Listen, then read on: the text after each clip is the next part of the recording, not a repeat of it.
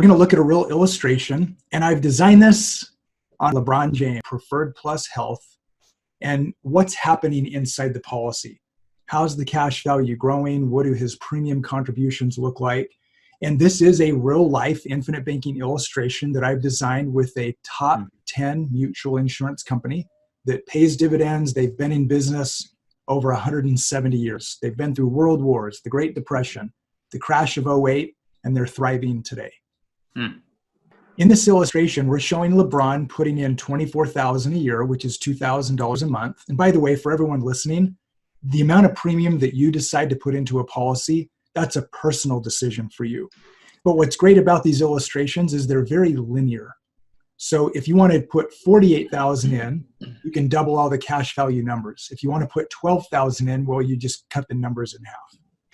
What's happening on this $24,000 a year premium is it's purchasing a total death benefit of $1.6 million.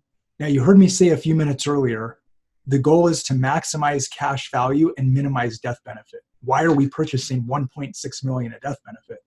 Barry, before you go on, that's huge, right? If people are listening and they're not that familiar with this strategy, it turns the whole traditional idea of whole life insurance on its head. Yes, correct? That's correct. Because if this $24,000 were going into a traditional whole life policy like you talked about, it's going to be a much larger death benefit, maybe 2, 3, 4 times that amount. But what's cool is LeBron's only purchasing $558,000 of whole life insurance. The remaining portion is term insurance. I'll get into that a little bit later. But his cost for insurance is only roughly $500,000.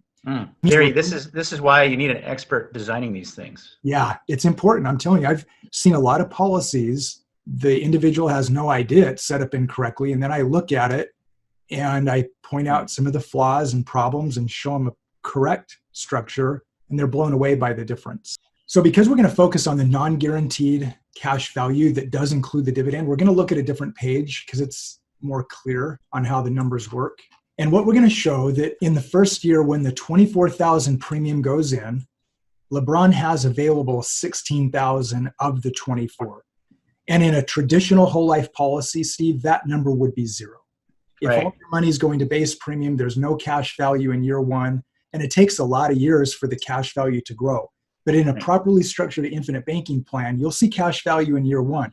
And this number could fluctuate a little bit depending on age, health rating, and structure. I could make this higher, but then the later cash value may not be as high. So I talk to people often. What are your goals? What are your expectations? What do you want to accomplish? Is it more important for you to have early cash value in, say, 1 to 5 years? Or do you want higher cash value in, say, 10 plus years? All these things come into play based on how I individually design a policy for a person. So Barry, for a real estate investor, they may want high cash within the first 5 years. And so then you maybe have a slightly different design. I would. And I've seen it. It's possible to have over 90% of your premium available in first year cash value. So we can get very aggressive. In this instance, you'll see what I've done over time. The premiums that are being paid every year, this $24,000, it isn't an indefinite amount of time. The premium is being paid for 20 years. And then starting in the 21st year, I'm reducing the premium in the illustration down to $10,101. So over the course of a 30-year time frame from ages 35 to 65, LeBron would have put in a total of $581,009. Total cash value at that point is $1.56 million. And remember, that $558,000 death benefit has also grown to $3.3 million. Pretty remarkable when you see the growth here.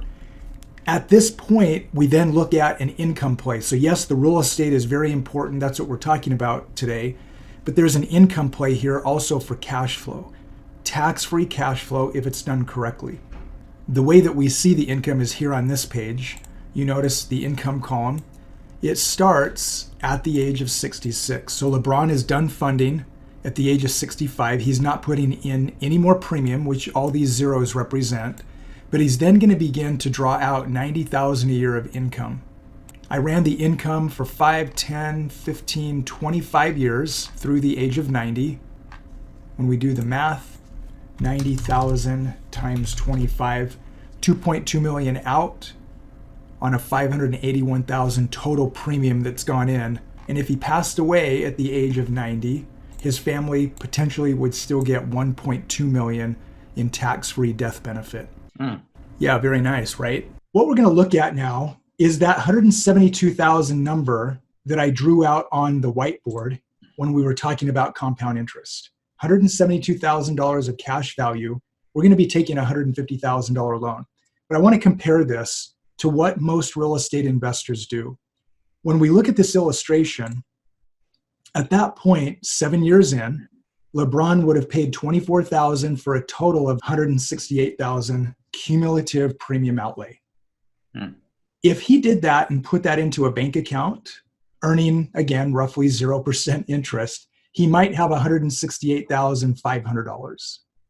But in the policy, it's $172,512. So he has more now than what he's put in total over that time frame. Awesome. And what in my mind goes to what else does he have? Because it looks like he's got a lot more than that. That's right.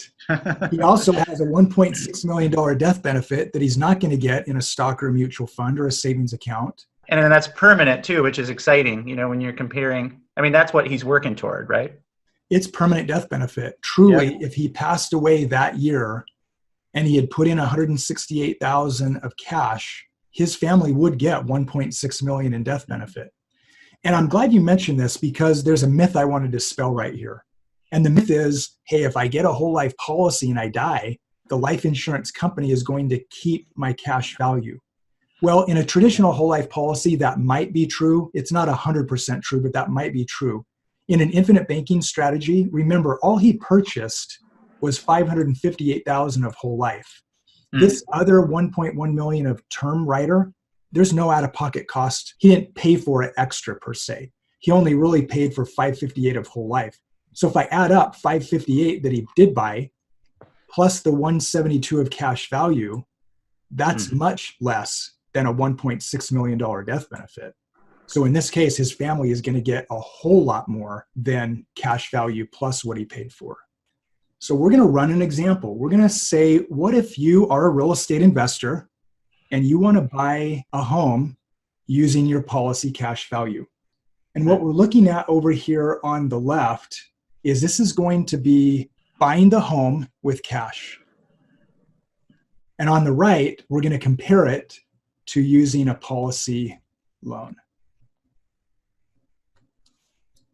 Most real estate investors aren't going to go out immediately and buy a home with 100% cash. It does happen on occasions. Maybe they're getting a deal and they have to close in 3 days, right? And then they'll turn around and refinance. So it does happen. Usually I recommend for real estate that you use your policy cash value for the down payment portion and then still get 75 or 80% bank financing. But in our illustration today, we're going to buy the house with cash. And the example we're going to use is a $150,000 purchase price for the home.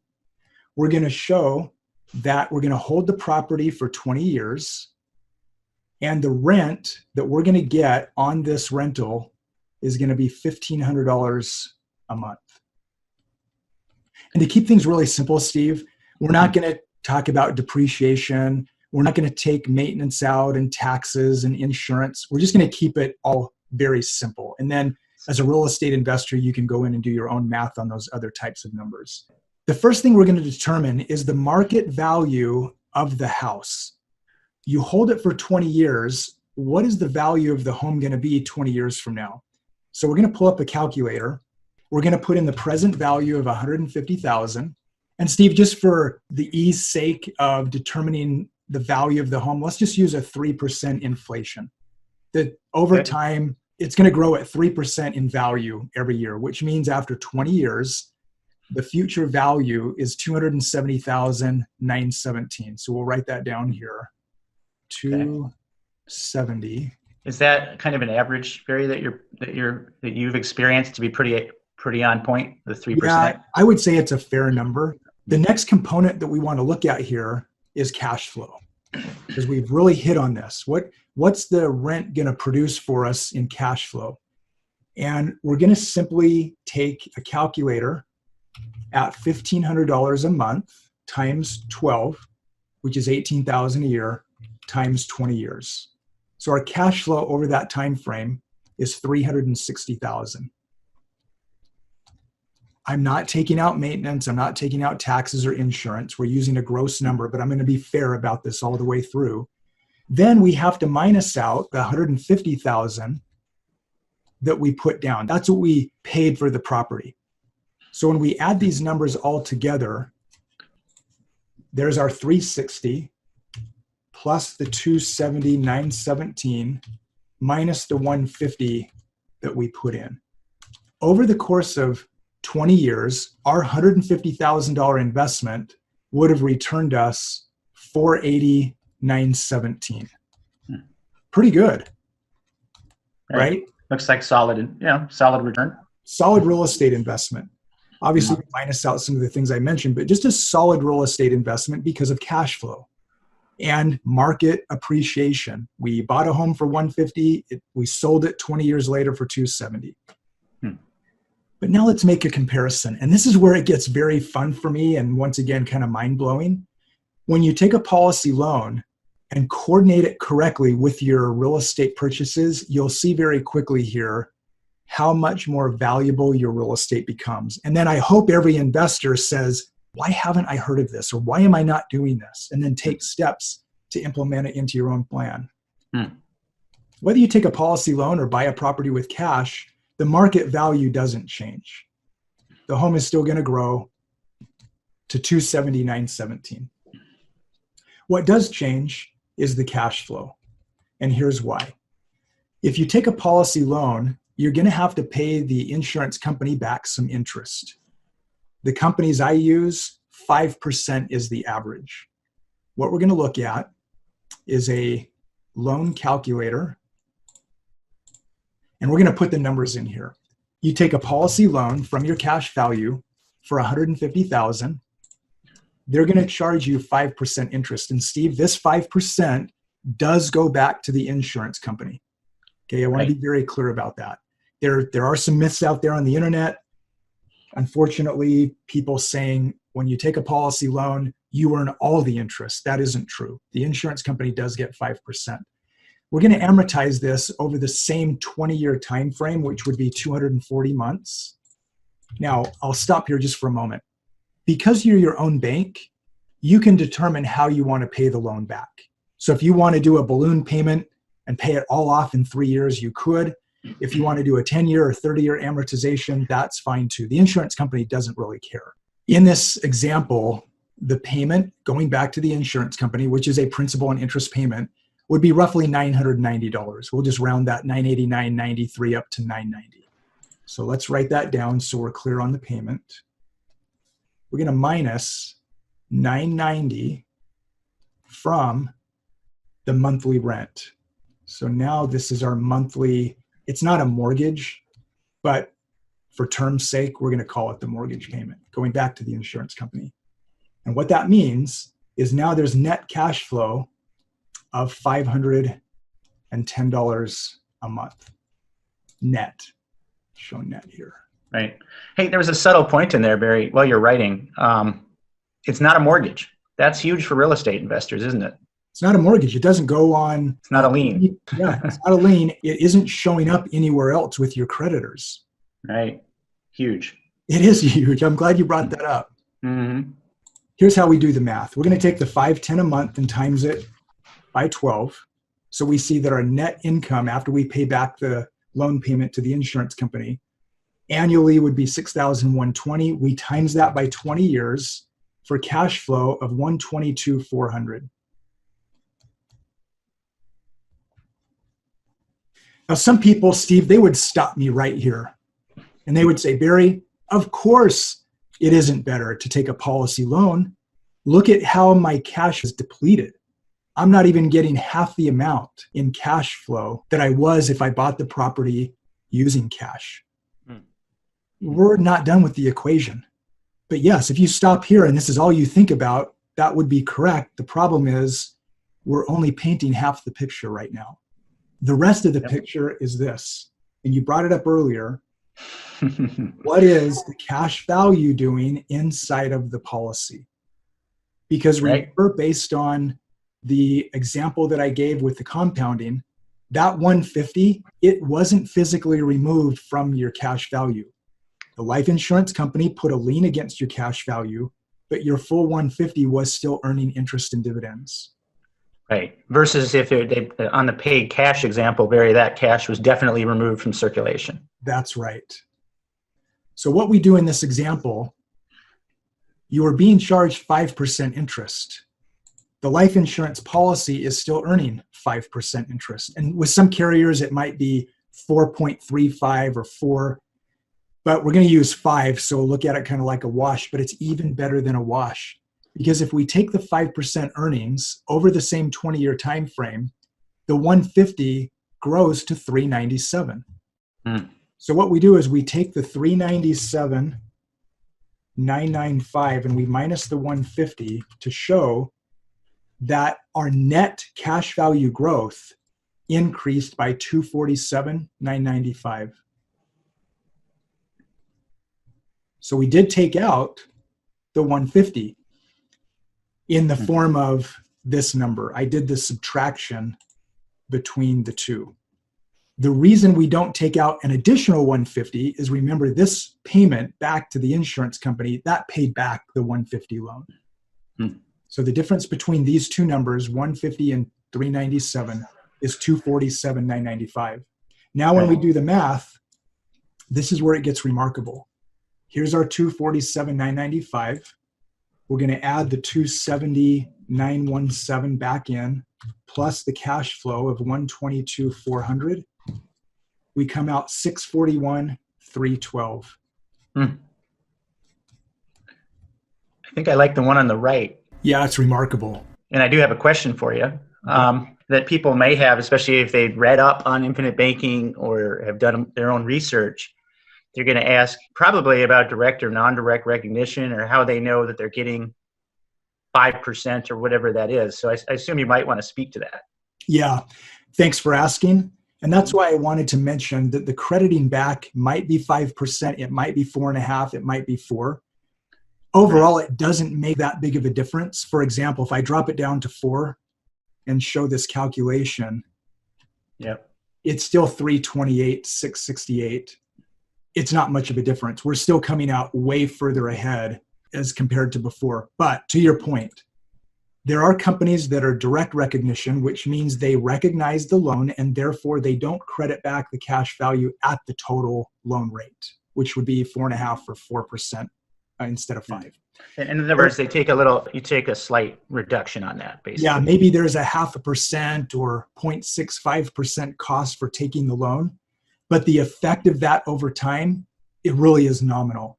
And I could get into it more, and there's some articles on the Insurance and Estates website about this. And the way the dividends are credited, it really doesn't matter. As if this weren't powerful enough, I just love these numbers, and we can clearly see how good infinite banking is, that we have 641,000 net to us at the end of 20 years versus 480, a very large difference. But think about this. If we take this to the next level, there's a couple ways to do it. Number one, we could pay loans back at a higher interest rate. I'm showing 5%, but you could pay a loan back at a higher rate. Well, why would you do that?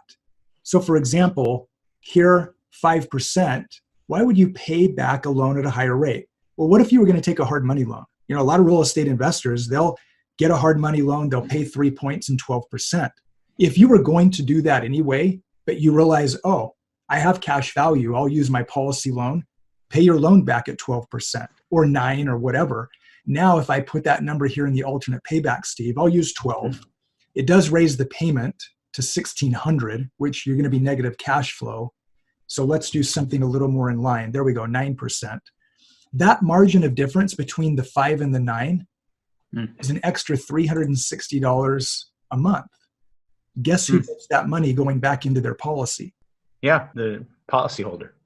And what's happening now, instead of the hard money lender or another financial institution taking that interest, you as the policyholder are capitalizing on that interest. And if your policy will take it, doesn't allow it all the time because of the MEC rules.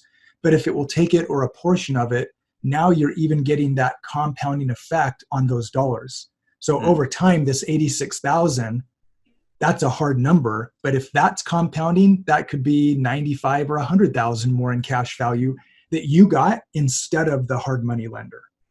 So that's the first thing I want to bring up. The second thing to think about is this $510 a month in net income. A lot of real estate investors spend it. They're using it for income or whatever, lifestyle.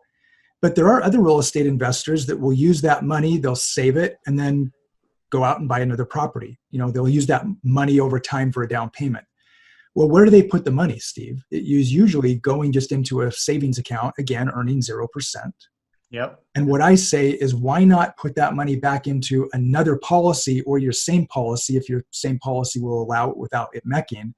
But now what's happening, you're even getting additional compounding on your net monthly income that is going to allow you more opportunity in the future. Ultimately, what we're seeing in the net result here is $641,312 versus $489,17. And when we look at the true difference between the numbers, we have $160,000 more because they use their infinite banking policy. It's a significant amount of money. And Steve, think about this. What if you're a real estate investor and you're purchasing multiple properties? This is one deal. What if you did 5 deals, 10 deals, 20 deals? Right. I think if you guys are listening and you're a real estate investor or not, you're thinking of getting into real estate investing, certainly can click the link to schedule a initial conversation over the phone with Barry. I think that's a great first step.